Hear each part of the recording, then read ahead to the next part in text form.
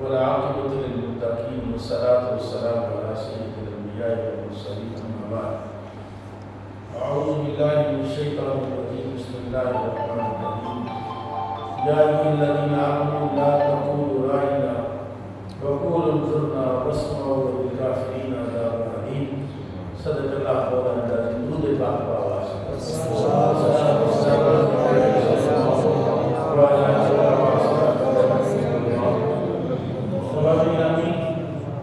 چند دن پہلے 2 دن پہلے کی بات ہے کہ انڈیا میں ایک سیاسی جماعت ہے BJP، اس کی ترجمان میں رضا سرائی کرتے ہوئے ہمارے میرے آقا کی شان میں گستاخی اور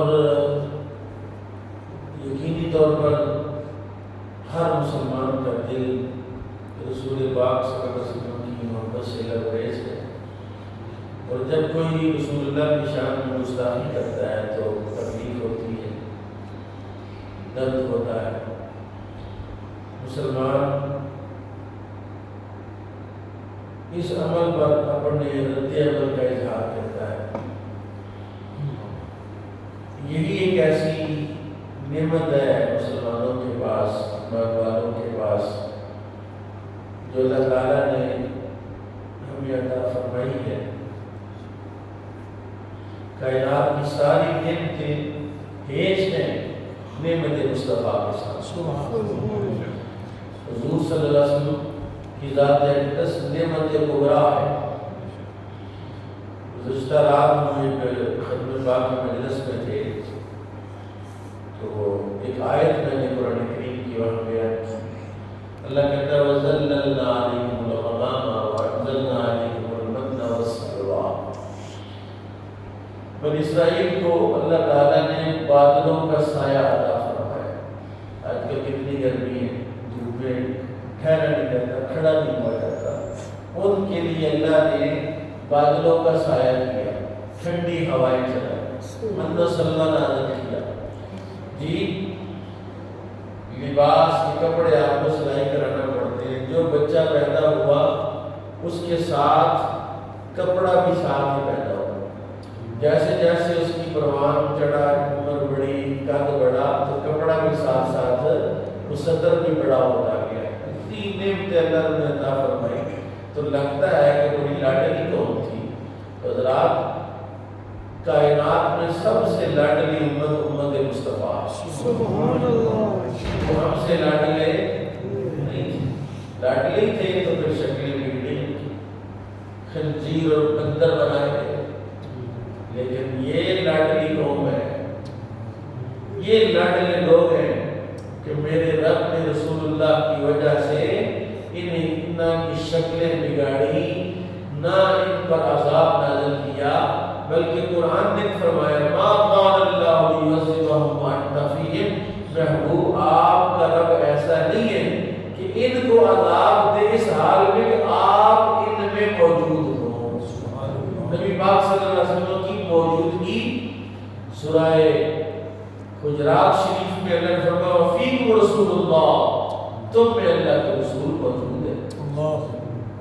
اور فخر اعظم مولا علی قاری نے جب قاضی ایاز نے شفا شریف کے اندر اس حدیث کو نقل کیا کہ نبی کریم صلی اللہ علیہ وسلم کی خدمت میں ایک صحابی آیا، اس نے عرض کیا رسول اللہ کہ دست ہوں، غریب ہوں، حالات بڑے تنگ ہیں، جیسے آج کل پیٹرول مہنگا ہو گیا، تو حضور کچھ مہربانی فرمائے۔ آپ نے فرمایا جب بھی گھر جاؤ دستک دے کر گھر میں زور سے کہو السلام علیکم ورحمۃ اللہ، اور کوئی بھی بات کرنے سے پہلے 3 مرتبہ قل ہو اللہ پڑھنا۔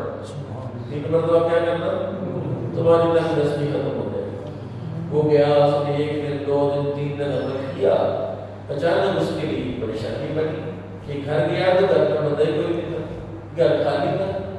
وہ آیا یا رسول اللہ، آپ نے فرمایا تھا گھر والوں سے سلام لینا، جب گھر میں کوئی نہ ہو تو پھر آپ نے فرمایا جب گھر میں کوئی نہ ہو تو پھر مجھ پر سلام پڑھ لیں۔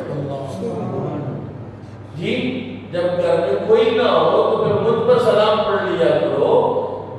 قاضی ایاز نے اس حدیث کو نقل کیا اور مولا علی قاری نے اپنی اس کی شرح میں لکھا کہ یہ کیوں کہا رسول پاک صلی اللہ علیہ وسلم نے کہ گھر میں کوئی نہ ہو تو مجھ پر سلام پڑھا کرو، فرمایا لِأَنَّهُ روح محمدی موجود فی کل اہل الاسلام، کیونکہ روح مصطفیٰ ہر مسلمان کے گھر میں موجود ہوتی ہے۔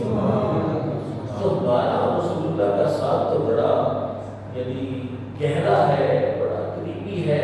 قرآن کہتا ہے نبی اولا بالمؤمنین من انفسہم، نبی مومنوں کی جانوں سے بھی زیادہ ان کے قریب ہے، نبی مومنوں کی جانوں سے بھی زیادہ ان کے قریب ہے، اور ہمارے آقا تو ہمارے قریب ہے، ہمارے دل کے بھی قریب ہے، اور قرآن نے جس کو بیان کیا ہے۔ اب جب کہ اس بی بی نے یہ حضرہ سرائی کی ہے، یہ جرت کی ہے، اس نے اس کو یہ حوصلہ ہوا ہے، اللہ تعالیٰ اہل اسلام میں سے کسی خوش نصیب کو یہ سعادت بخشے کہ اس کو واسطے جہنم کر، جو کہ ہم یہ تجربہ کر چکے ہیں، مسلمان اس بات کا تجربہ کر چکے ہیں کہ جب تک گستاخ رسول کو قتل نہیں کیا جاتا اس کی تو سزائے موت ہے۔ یعنی پوری شریعت مطہرہ میں جتنے بھی جرائم ہیں، ہر جرم کی کوئی نہ کوئی سزا ہے۔ ہر جرم پر یعنی کوئی بندہ روزہ توڑ لیتا ہے تو کفارہ دے دے، قسم توڑ لیتا ہے تو کفارہ دے دے، کوئی ہاتھ توڑ لیتا ہے تو کفارہ دے دے، کوئی احرام کی حالت میں کوئی ایسا عمل کر لیتا ہے تو کفارہ دے دے، گناہ کر لیتا ہے تو توبہ کر لے۔ ہر گناہ کی توبہ ہو سکتی ہے، لیکن گستاخی کی توبہ نہیں ہو سکتی، اس لیے کہ یہ تو دروازہ کھل جائے گا کہ جو مرضی اٹھے گا گستاخی کرے گا، پھر کہ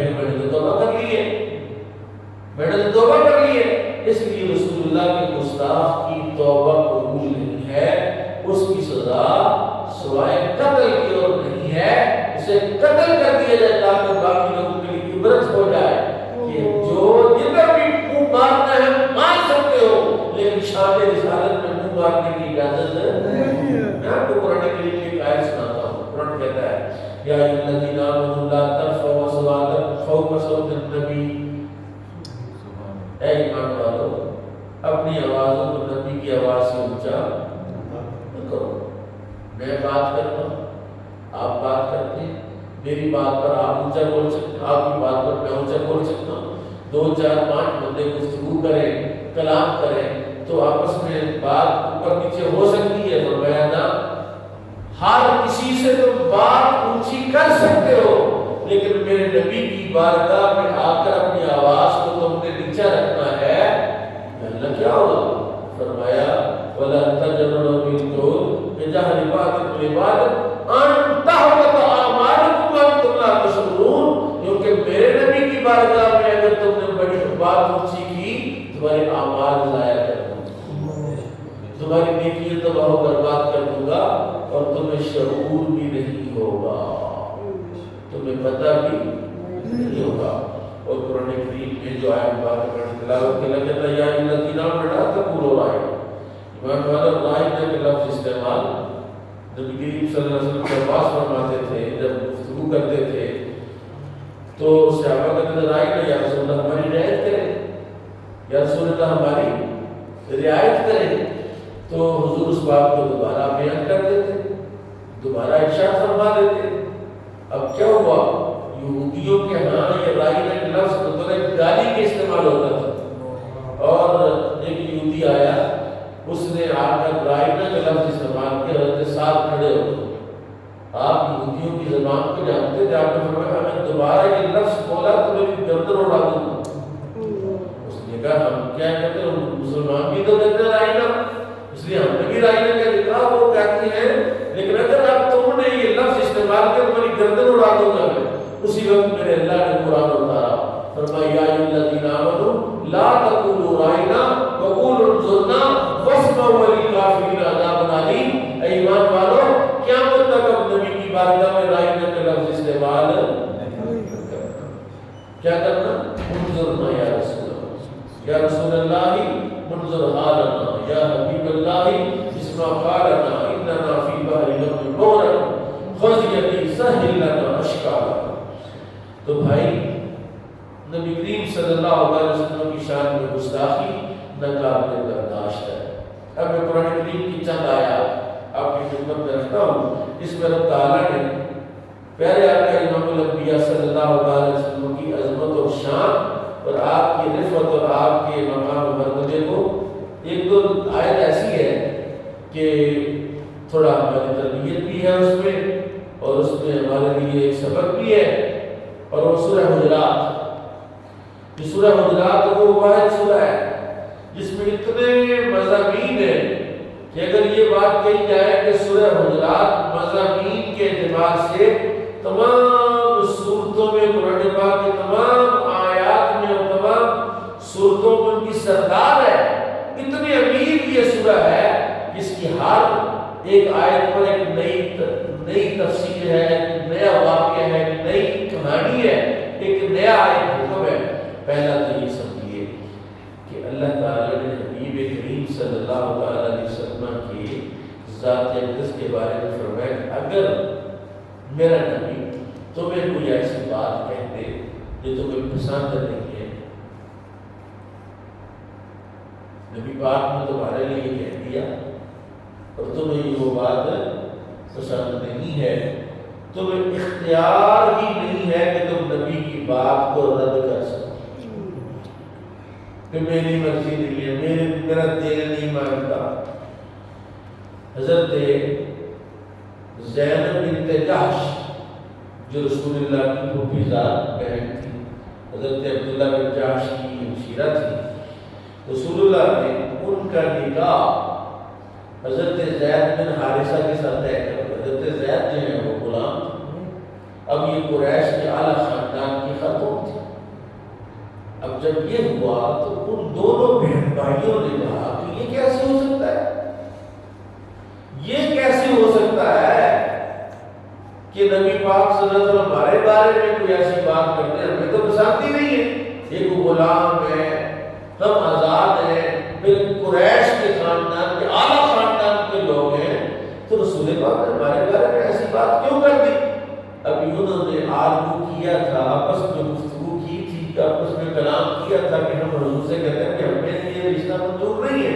رب تعالیٰ نے قرآن فرمایا ما کان للمؤمن ولا مؤمنۃ، یہ بات نہ کسی مومن کے لیے جائز ہے نہ کسی مومنہ کے لیے جائز ہے. کیا؟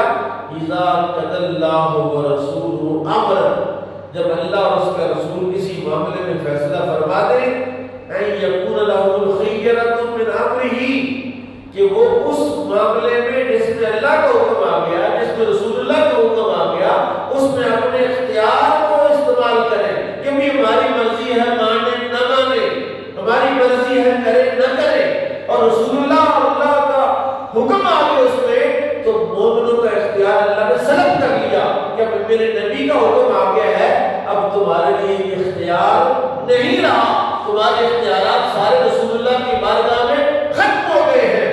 جو نبی نے کہہ دیے وہی تمہیں کرنا ہوگا.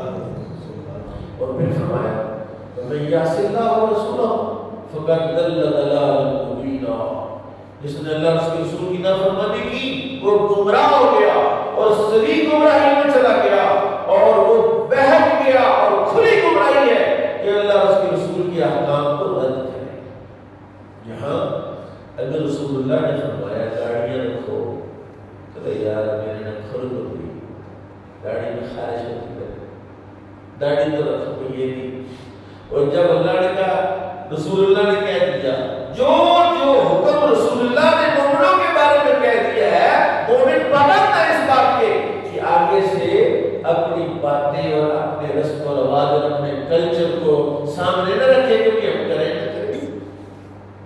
جو گستاخی ہوئی ہے، یہ سے پہلے جتنی گستاخی کے واقعات ہوئے ہیں، کیا اس کا یہ رد عمل بنتا ہے کہ ہم جلوس نکالنے سے بازار بند کرتے ہیں، ہڑتال کرتے ہیں، اور بس پھر اگلے دن گھر بیٹھ گئے، اپنی املاک کو توڑے اور گاڑیاں توڑے اور موٹر سائیکلوں کو آگ لگانے کے لیے ہم عاشق رسول ہیں؟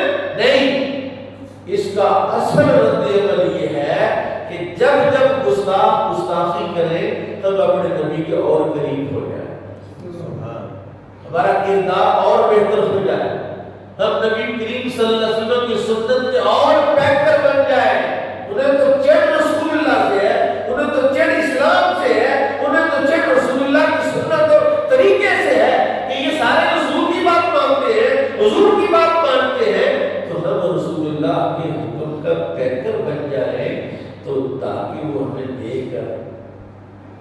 اور سڑے.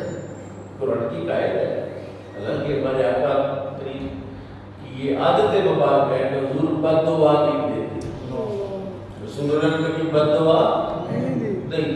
ایک دفعہ جب حقوق اللہ کے باب میں کوئی معاملہ ہو تو حضور نے بد دعا کی کہ یا اللہ ان کی قبروں کو آگ سے بھر دے. جب حضور کی نمازیں قضا ہوگی نا غزوہ احزاب میں, غزوہ خندق میں, کہ آپ نے اثر مغرب عشاء نہیں پڑھ سکے تو سامنے کھڑے تھے, وہ مقابلہ چل رہا تھا, وہ بڑی زور شور تھا لڑائی کا, اور حضور اس وجہ سے نماز نہیں پڑھ سکے تو رسول پاک اس وقت بد دعا کی.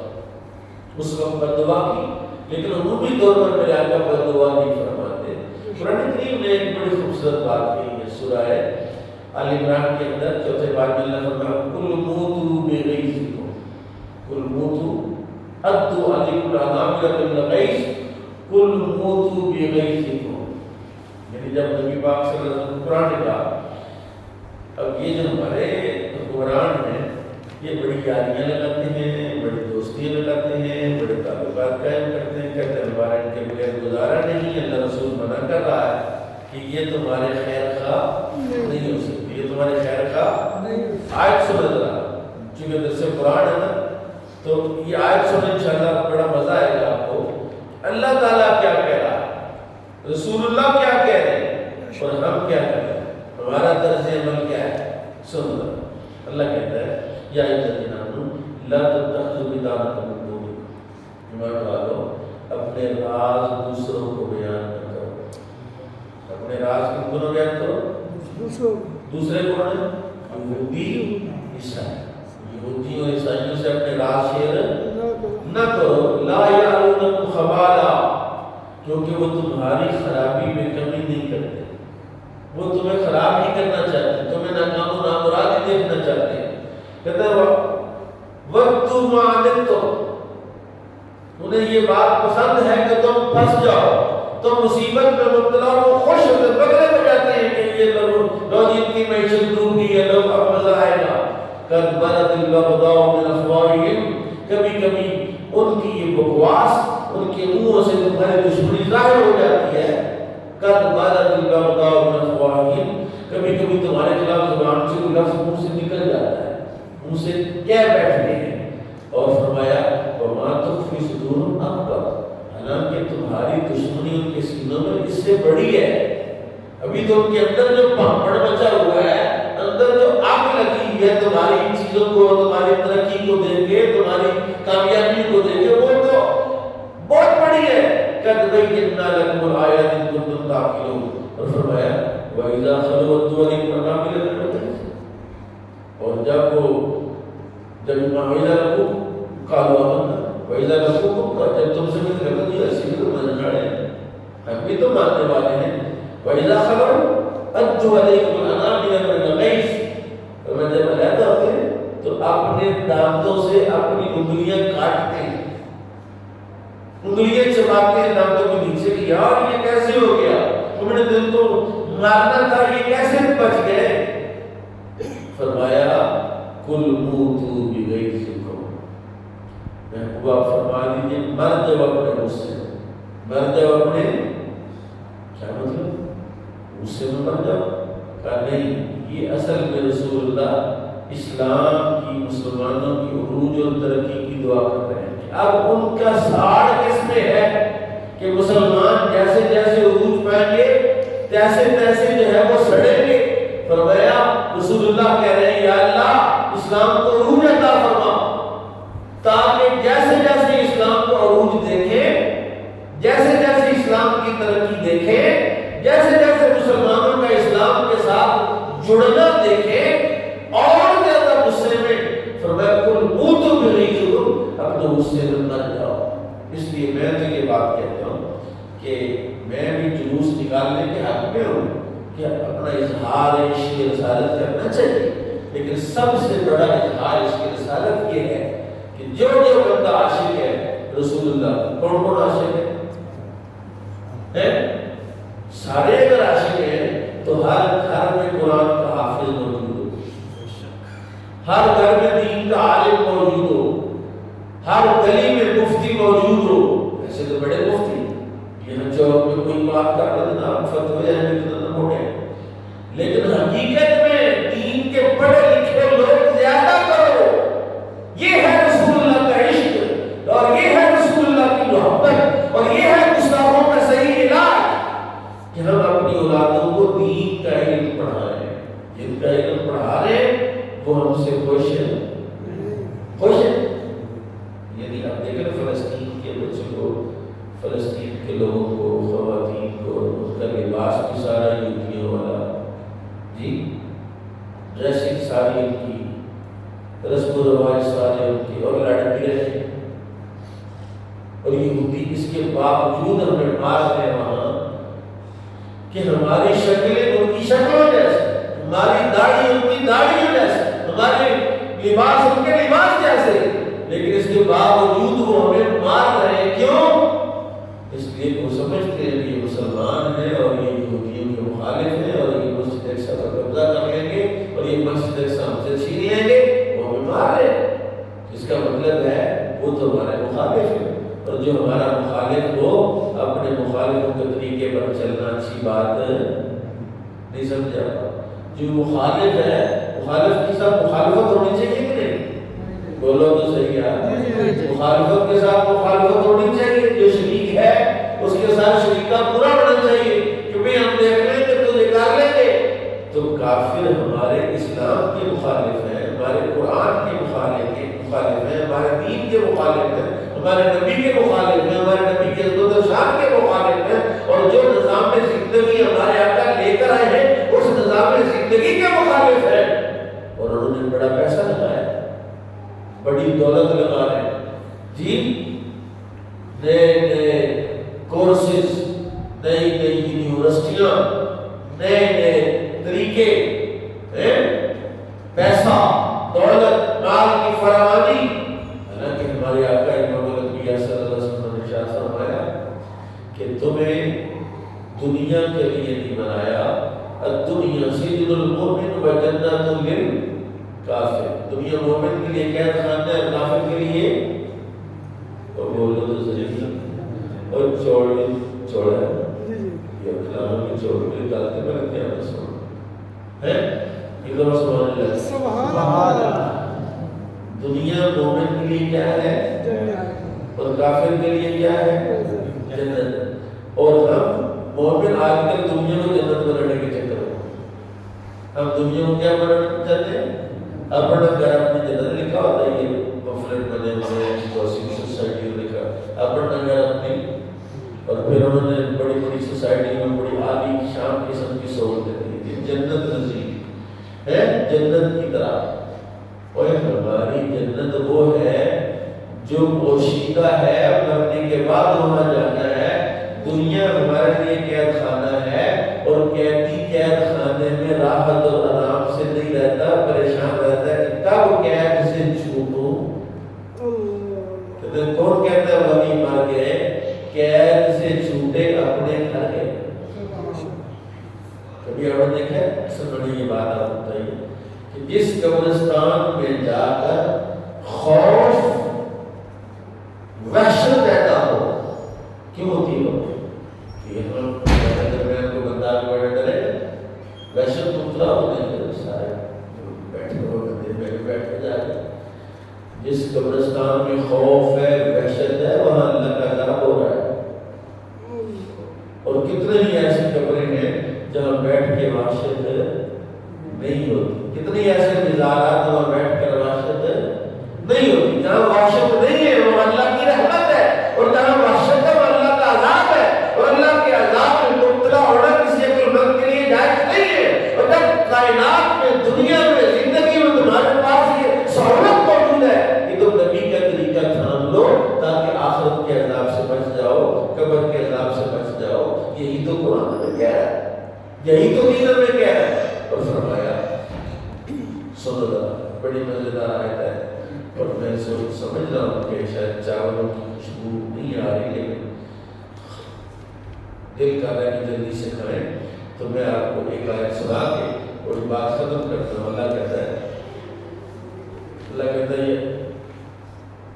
ان الذین یؤذون اللہ ورسولہ، وہ لوگ جو اللہ کی اذیت دیتے ہیں، رسول اللہ کو اذیت دیتے ہیں، اللہ کو اذیت دیتے ہیں، رسول اللہ کو اذیت دے سکتا ہے اللہ کو ہے؟ بولو تو صحیح، اللہ کی اذیت کیا ہے؟ اللہ تعالیٰ ناپسند کرتا ہے کہ جو طریقہ میں نے تمہارے لیے نازل کیا اس کو چھوڑ کر تم کافروں کے طریقے کو اپناؤ، یہ اللہ تعالیٰ کو اذیت دینا ہے۔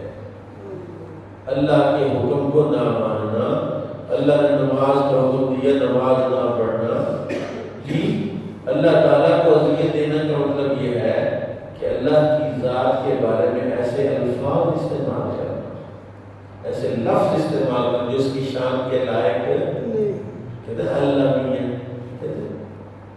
اللہ میاں نے فرمایا، تو اللہ کے بارے میں میاں کا لفظ استعمال کرنا جائز کیونکہ ایسا لفظ جس کے دو معنی، ایک اچھا معنی اور ایک برا معنی، تو ایسا لفظ ہم اللہ کے لیے نہیں بول سکتے۔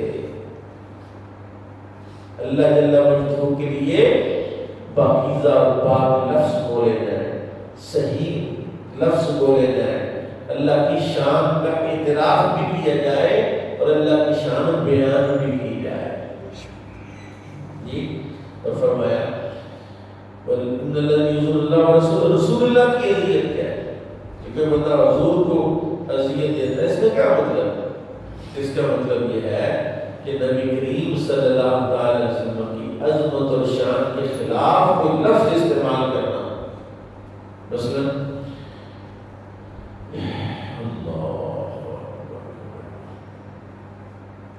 نبی کریم صلی اللہ تعالیٰ علیہ وسلم کو اور آپ کی کسی صفت کو، آپ کی کسی نام کو ہلکا سمجھنا،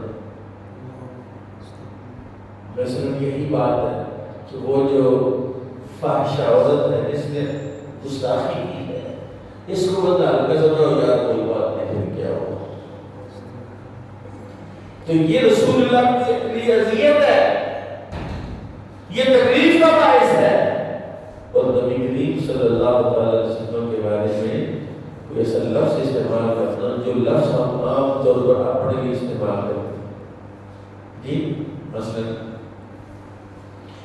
نبی کریم صلی اللہ علیہ وسلم کو اللہ تعالیٰ فرمایا ما کان محمد ابا احد من رجالکم، محمد صلی اللہ علیہ وسلم تمہارے مردوں میں سے کسی کے باپ نہیں، رسول پاک کو ابا جی کہنا جائز، رسول پاک ابا جی کہنا جائز، حالانکہ قرآن میں اسی سورہ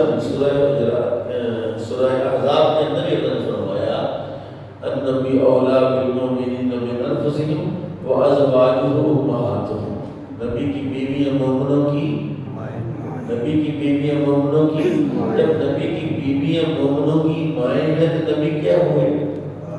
باپ ہوئے۔ جب نبی ہمارے باپ ہوئے تو پھر ہم نبی پاک ابا جی کو نہیں کہہ سکتے؟ فرمایا یہ اللہ کو پسند نہیں، اس لیے فرمایا ما کان محمد ابا احد من رجالکم، تم میں سے کوئی بندہ نبی پاک کو ابا جی نہ کہے، کیوں نہیں کہا ابا جی؟ اس لیے نہ کہے کہ ایک گھر میں ایک ابا ہوتا ہے، کچھ عرصے کے بعد اس گھر میں دو ابے ہو جاتے ہیں، ایک وقت ہوتا ہے گھر میں ایک ہی ابا جی ہوتے ہیں، پھر ذرا وقت گزرتا ہے، کتنے ہو جاتے ہیں ابا جی؟ ایک بڑے ابا جی لیکن چھوٹے دو ابا جی ہو سکتے ہیں۔ اور اللہ تعالیٰ کو اپنے نبی کے بارے میں کوئی ایسا لفظ پسند نہیں ہے جس میں دوئی پائی جائے، جی کہ دو ابے ہوں۔ اللہ تعالیٰ نے رسول پاک صلی اللہ علیہ وسلم کے لیے جتنے بھی لفظ استعمال کیے، پورا قرآن اس بات سے بھرا ہوا ہے کہ اللہ تعالیٰ نے رسول اللہ کے بارے میں فرمایا کہ میرے نبی جیسا دوسرا نہیں۔ حضور نے خود فرمایا جو تم مثلی، تم میں سے میری مثل کون ہے؟ تم میں سے میرے جیسا کون ہے؟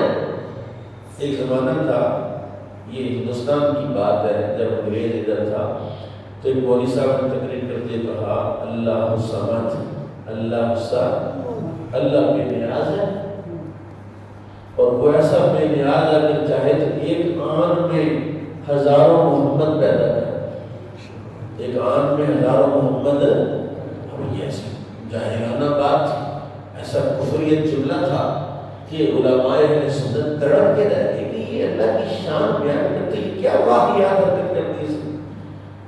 ہمارے مولانا فضل خیر آبادی نے جو باقی ہندوستان تھے، جو انگریز کے خلاف جنہوں نے جہاد کا فتویٰ دیا اور انگریز نے کالے پانی بھیجا اور وہیں پر آپ کی شہادت ہوئی جزیرہ انڈمان کے اندر، آپ نے کتاب لکھی امتناع النظیر۔ آپ نے کہا تم نے کہا اللہ بے نیاز نہ چاہے تو ایک آن میں ہزاروں محمد پیدا کر دے، میں کتاب لکھ رہا ہوں کہ حضور جیسا دوسرا پیدا ہو ہی نہیں سکتا۔ امتناع النظیر، حضور جیسا دوسرا نہیں ہو سکتا۔ کیوں نہیں ہو سکتا؟ کہا حضور خاتم النبیین ہے۔ جب حضور خاتم النبیین ہے تو دو خاتم النبیین ہو سکتے؟ خاتم النبیین تو ایک ہی ہوگا۔ تو تم کہتے ہو ہزاروں ہو سکتے ہیں، میں کہتا ہوں دوسرا نہیں ہو سکتا۔ اور یہی بات ہم کہہ رہے ہیں کہ اللہ نے فرمایا انا اعطینا کالکوثر، وہ ہم نے آپ کو خیر کسی عطا فرمایا، فصلی لربک وانحر ان شانئک هو الابتر۔ جو آپ کے بارے میں کوئی ایسا لفظ استعمال کرے گا وہی ابتر ہوگا۔ وہی کیا ہوگا؟ ایک شخص نے رسول پاک کو مجنون کہہ دیا۔ کیا کہہ دیا؟ مجنون کہہ دیا۔ اب رسول پاک کو مجنون کہا ہے تو کیا ہو گیا بھائی؟ کہا اللہ نے قرآن اتارا، اللہ نے فرمایا نون والقلم، مجھے قسم ہے میں اس قلم کی، وما یسطرون، اور مجھے قسم اس قلم کی کہ جو وہ قلم لکھتی اس کی بھی قسم ہے۔ کیا؟ ما انت بنعمت ربک بمجنون، اس نے آپ کو مجنون کہا ہے، آپ پر تو آپ کے رب کی اتنی نعمتیں ہیں، آپ اپنے رب کی نعمتوں سے مجنون نہیں ہیں۔ ما انت بنعمت ربک وَإِنَّ لَكَ لَأَجْرًا غَيْرَ مَمْنُونٍ۔ جو مجنون ہوتا ہے وہ تو جنونی برکتیں کرتا ہے، مجنون تو دیوانہ ہوتا ہے، مجنون تو کبھی کچھ کرتا ہے، کبھی کچھ کرتا ہے، کبھی کچھ کرتا ہے۔ محبوب آپ کا تو ہر عمل ایسا ہے کہ جس پر آپ کو اجر دیا جائے گا، اور آپ کا اجر ایسا ہے کہ جس کو کوئی شمار کر سکتا۔ وَإِنَّكَ لَعَلَىٰ خُلُقٍ عَظِيمٍ، اور آپ خلق عظیم کے اعلیٰ منصب پر فائز ہیں، یعنی آپ کا ہر وصف خلق عظیم ہے۔ فَسَتُبْصِرُ وَيُبْصِرُونَ، ان قریب تو بھی دیکھ لے گا اور وہ بھی دیکھ لے گا کہ مجنون کون ہے۔ وہ تو قیامت میں پتہ چلے گا نا۔ بِأَيِّكُمُ الْمَفْتُونُ، جو کہ جو مجنون ہوتا ہے وہ فتنے میں مبتلا ہوتا ہے۔ فرمایا پتہ چل جائے گا کہ فتنے میں کون مبتلا ہے۔ ان ربک هو اعلم بمن ضل عن سبیلہ، تیرا رب زیادہ جانتا ہے کہ راہ سے بھٹکا کون ہے۔ وهو عالم بالمهتدین، وہ ہدایت پانے والوں کو زیادہ جانتا ہے کہ ہدایت پر کون ہے اور مجنون کون ہے۔ پھر اس کے بعد جس نے حضور کو مجنون کہا تھا، اللہ تعالیٰ نے اس کے 10 عیب بیان کیے۔ کتنے عیب؟ 10 عیب۔ کون کون سے؟ پہلا ہے فَلَا تُطِعِ الْمُكَذِّبِينَ، جھٹلانے والوں کی بات نہ سن، یعنی وہ قرآن کو جھٹلاتا ہے، تمہیں جھٹلاتا ہے۔ وَدُّوا لَوْ تُدْهِنُ فَيُدْهِنُونَ، جی، اور وہ یہ کس طرح تم نرمی کرو تو وہ بھی نرم پڑ جائے۔ وَلَا تُطِعْ أَرْسُلَ قُلْ لَا اللَّهُ، قسمیں کھاتا ہے، مہین، احانت کرتا ہے، حماز، ذلیل ہے، مشاء، تانے دینے والا ہے، بنمیم، چغل خور ہے، مناع للخیر، خیر کے کاموں سے روکنے والا ہے، معتد، حد سے بڑھنے والا ہے، اسیم، گنہگار ہے، عتل بعد ذلک زنیم، اور حالانکہ وہ حرام زادہ ہے۔ عتل بعد ذلک، اس نے ایک لفظ کہا تھا حضور، اس نے حضور کہا تھا آپ مجنون ہیں۔ اللہ نے اس کے 10 عیب بیان کیے، اور کہتے ہیں وہ تلوار پکڑ کے اپنی ماں کے پاس چلا گیا۔ اس نے کہا 9 عیب تو میرے اندر ہے، مجھے پتا ہے، لیکن میں حلالی ہوں یا حرامی ہوں ماں اس بات کا پتہ صرف تمہیں ہے، بتا سچی بات میں تیری گردن اڑا رہا ہوں۔ اس نے کہا ہاں تیرا باپ نامرد تھا اور تو فلان چرواہے کا بیٹا ہے۔ اس کا مطلب جو نبی پاک کی شان میں گستاخی کرتا ہے وہ حلالی نہیں ہوتا، وہ حرامی ہوتا ہے۔ اور اس کا ڈی این اے کراؤ اس عورت کا تو وہ حرامی نکلے گی، حلالی نہیں ہو سکتی۔ اور جو حلالی ہے وہ نبی پاک کا عاشق ہو سکتا ہے، نبی پاک کا غلام ہو سکتا ہے، نبی پاک سے محبت کرنے والا ہو سکتا ہے، کیونکہ جو نبی پاک کی محبت ہے۔ اب میں آپ کو چھوٹی سی بات عرض کروں، حضور کریم صلی اللہ علیہ وسلم پر وحی نازل ہوتی، اب کچھ عرصے کے لیے وحی کا سلسلہ بند ہو گیا، 40 دن ہے یا 6 ماہ کا عرصہ ہے، تو مکے والوں نے کہا لگتا ہے محمد صلی اللہ علیہ وآلہ وسلم کا رب آپ سے ناراض ہو گیا ہے اور آپ کے رب نے آپ کو چھوڑ دیا ہے۔ اب یہ اعتراض تو حضور کا ہے، تو رسول پاک فرماتے ہیں کہ نہیں ایسی کوئی بات نہیں ہے، نہ میرا رب مجھ سے ناراض ہوا، نہ میرے رب نے مجھے چھوڑا، جی ایسا نہیں ہوا، بلکہ اللہ نے قرآن اتارا، اللہ فرمایا وَالضُّحَىٰ وَاللَّيْلِ إِذَا سَجَىٰ، مجھے قسم ہے روح تیرے چمکتے چہرے کی، اور مجھے قسم ہے تیری سیاہ زلفوں کی، مَا وَدَّعَكَ رَبُّكَ وَمَا قَلَىٰ، نہ آپ کے رب نے آپ کو چھوڑا، نہ آپ کا باپ سے ناراض ہوا۔ اور انہوں نے تو یہ سمجھا کہ وحی نہیں آ رہی، تو شاید وہ شان نہیں ہے جو وحی آنے پر ہوتی ہے۔ میں تو تیرے ساتھ محبت کرتا ہوں، وَلَلْآخِرَةُ خَيْرٌ لَكَ مِنَ الْأُولَىٰ، وحی آئے یا نہ آئے تیرے لیے ہر آنے والا لمحہ پہلے سے بہتر ہوگا۔ تیری شان ہر لمحہ بڑھتی چلی جائے گی، اور تیری شان جب بڑھتی چلی جائے گی تو حضرات حضور کی شان کیسے بڑھے گی؟ یہ جو آپ بچے پیدا کر رہے ہیں نا، بچے بڑھ رہے ہیں نا، حق ہے ہمارا کہ اگر ہم نے اللہ نے 2 بیٹے دیے تو ایک عالم بنے، ایک قاری بنے، ایک عاشق بنے، جی وہ قرآن پڑھے، وہ قرآن کی آیتیں پڑھے، وہ قرآن کی سورتیں پڑھے، تاکہ حضور کی شان ہر لمحہ بڑھتی چلی جائے۔ یہ تو کوئی بات نہیں ہے کہ 5 میں 7 نعمتیں آپ نے جم لی ہیں اور کوئی بھی بندہ حافظ نہیں ہے، کوئی بھی عالم نہیں ہے، کوئی بچی حافظہ قاریہ نہیں ہے۔ تم میں اور ان میں کیا فرق ہے؟ تم نبی پاک کے عاشق ہو، نبی پاک کے محبت کرنے والے، تم پر لازم ہے کہ حضور کے دین سے، کس کو حضور کے دین سے محبت ہے؟ سب کو محبت ہے، تو پھر محبت کا اظہار بھی تو کرو۔